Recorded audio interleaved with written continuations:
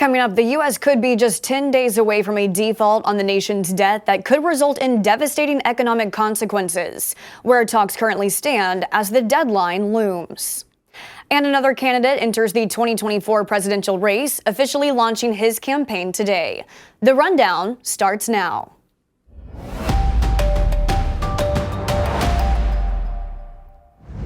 This is Straight Arrow News, bringing you unbiased, straight facts. Thanks for joining us. I'm Kara Rucker. President Biden and House Speaker Kevin McCarthy are back to the negotiating table this morning as Biden warns the U.S. could potentially be only 10 days away from a default on the nation's debt. The president has expressed optimism the two sides are close to making an agreement, speaking to McCarthy from Air Force One last night on his way back to the States from the G7 summit. McCarthy also commenting on the phone call, calling it productive.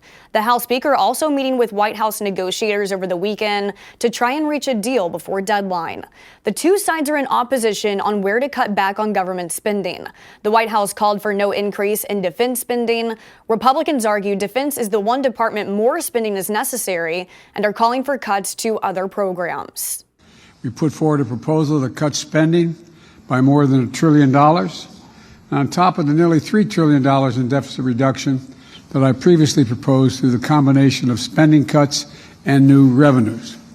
Now it's time for the other side to move from their extreme positions, because much of what they've already proposed is simply, quite frankly, unacceptable.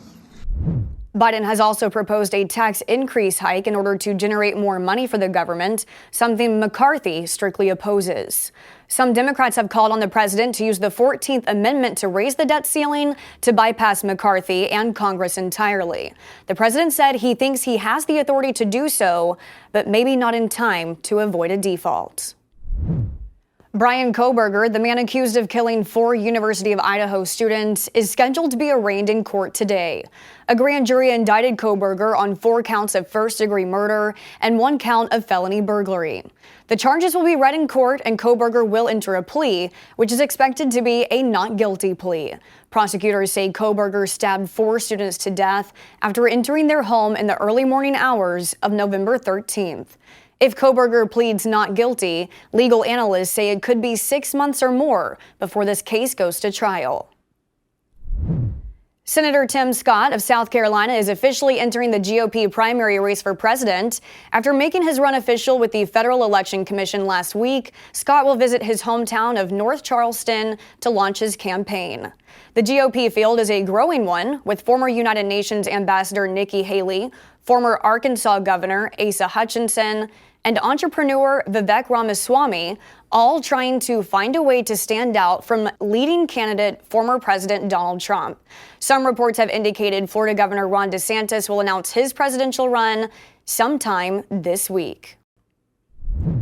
Over the weekend, President Biden spent time with world leaders in Hiroshima, Japan at the G7 summit, where President Volodymyr Zelensky made a late appearance seeking more support for Ukraine, which is what they received from its greatest financial backer in the war, Biden announcing a $375 million package of additional military aid.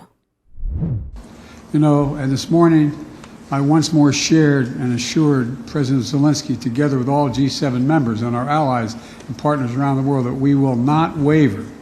Putin will not break our resolve as he thought he could 2 years ago, almost 3 years ago. In the unveiling of the latest military help for Ukraine, Biden said the package will include ammunition, artillery, armored vehicles, and training for Ukrainian pilots on F-16 fighter jets. The U.S. has supplied more than $37 billion in aid to the country since the war with Russia began.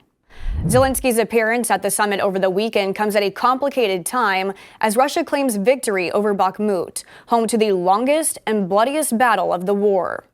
However, Ukraine is claiming Kyiv forces are still in control of portions of the city and are still making advancements to retake Bakhmut. While a guest at the G7 summit in Japan, Zelensky compared the battle in Bakhmut to the devastation in Hiroshima after it was hit by an atomic bomb in World War II. But you have to understand that there is nothing. They destroyed everything. There are no buildings. It's a pity, it's tragedy, but for today, Bakhmut is only in our hearts. There is nothing on this place. So just ground and a lot of dead Russians. The U.S. is expanding its presence in the Pacific in the face of growing concerns about China's access and control in the region. Papua New Guinea has signed a defense pact with the United States, allowing U.S. forces to access its airfields and ports. We are deeply invested in the Indo-Pacific because our planet's future is being written here. And Papua New Guinea is playing a critical role in shaping that future. The agreement will also make it easy for PNG and U.S. forces to train together in new ways and in more places as part of our joint effort to uphold peace and security across the Indo-Pacific. This means the two nations will also be able to board each other's vessels, share technical expertise, and better patrol the seas together, according to Secretary of State Antony Blinken. Beijing previously made a secretive security pact with the Solomon Islands in the region, creating worry that a potential Chinese invasion of Taiwan could be complicated if China continues to expand its influence around the island. Facebook's parent company Meta has been fined a record $1.3 billion for violating European Union data protection rules. Meta has been ordered to stop transferring data collected from Facebook users in Europe to the United States.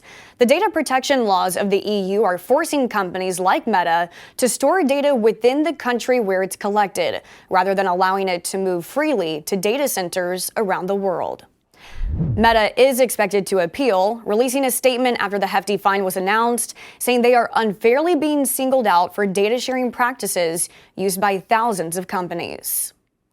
These are your top stories. Thanks for watching The Rundown. We're on a mission to bring back trustworthy journalism by serving only you, not an agenda. Be sure to check out more of our work at straightarrownews.com. And you can also find the latest Rundown episodes available as a podcast across streaming platforms. We'll see you back here tomorrow. Until then, I'm Kara Rucker. Have a great day.